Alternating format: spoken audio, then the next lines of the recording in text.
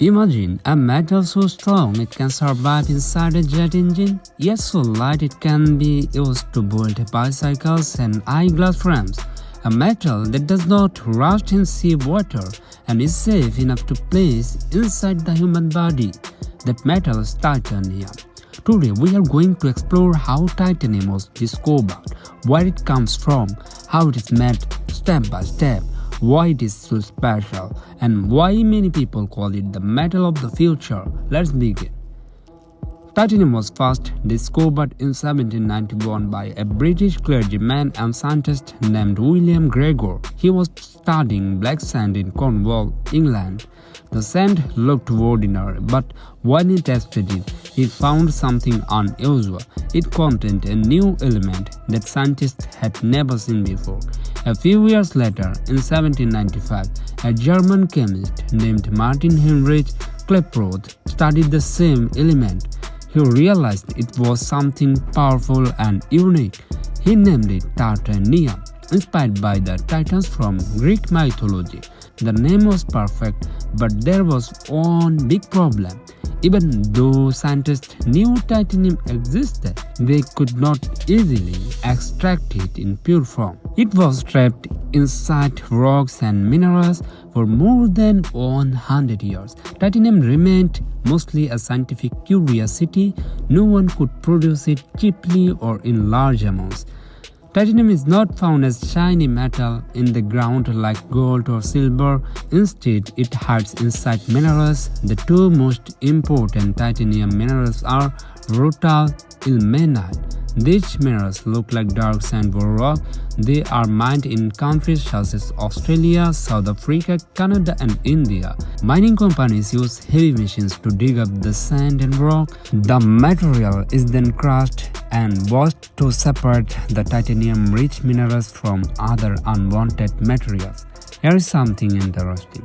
Titanium is actually the ninth most abundant element in Earth's crust. So why is it expensive? Because titanium loves to react with oxygen. It forms very strong chemical bonds. That means it does not exist as pure metal in nature. Extracting it is very difficult and requires advanced technology. For many years, scientists tried to isolate titanium, but every time they heated it, it reacted with oxygen and became brittle. Finally, in the 1940s, a metallurgist named William J. Kroll developed a method that worked. This method is called the Kroll process.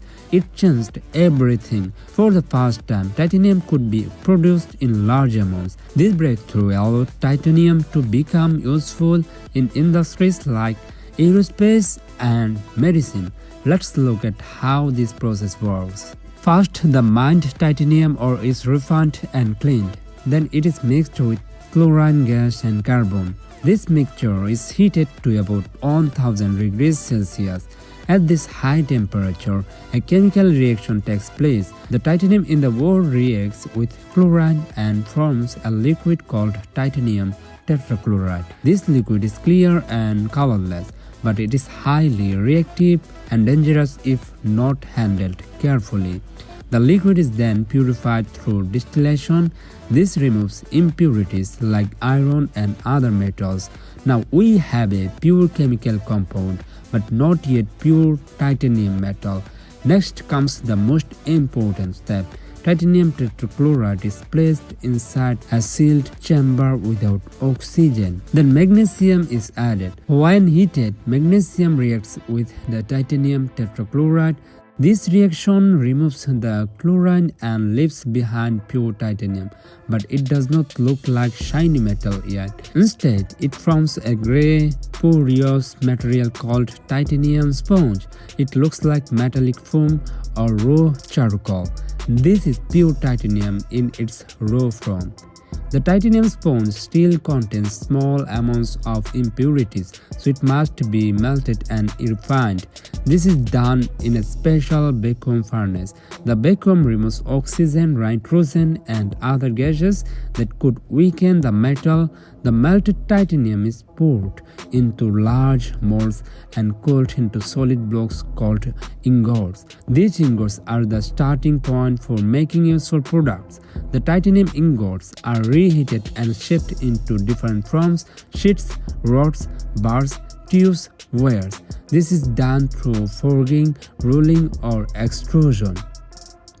After shaping, the metal may be machined into precise parts. Titanium is difficult to machine because it is strong and heat resistant. Special tools are required. Finally, the metal is polished, coated, or heat treated depending on its purpose. Now titanium is ready to be used in products around the world. So after all this effort, why do we even use titanium? Because its properties are extraordinary.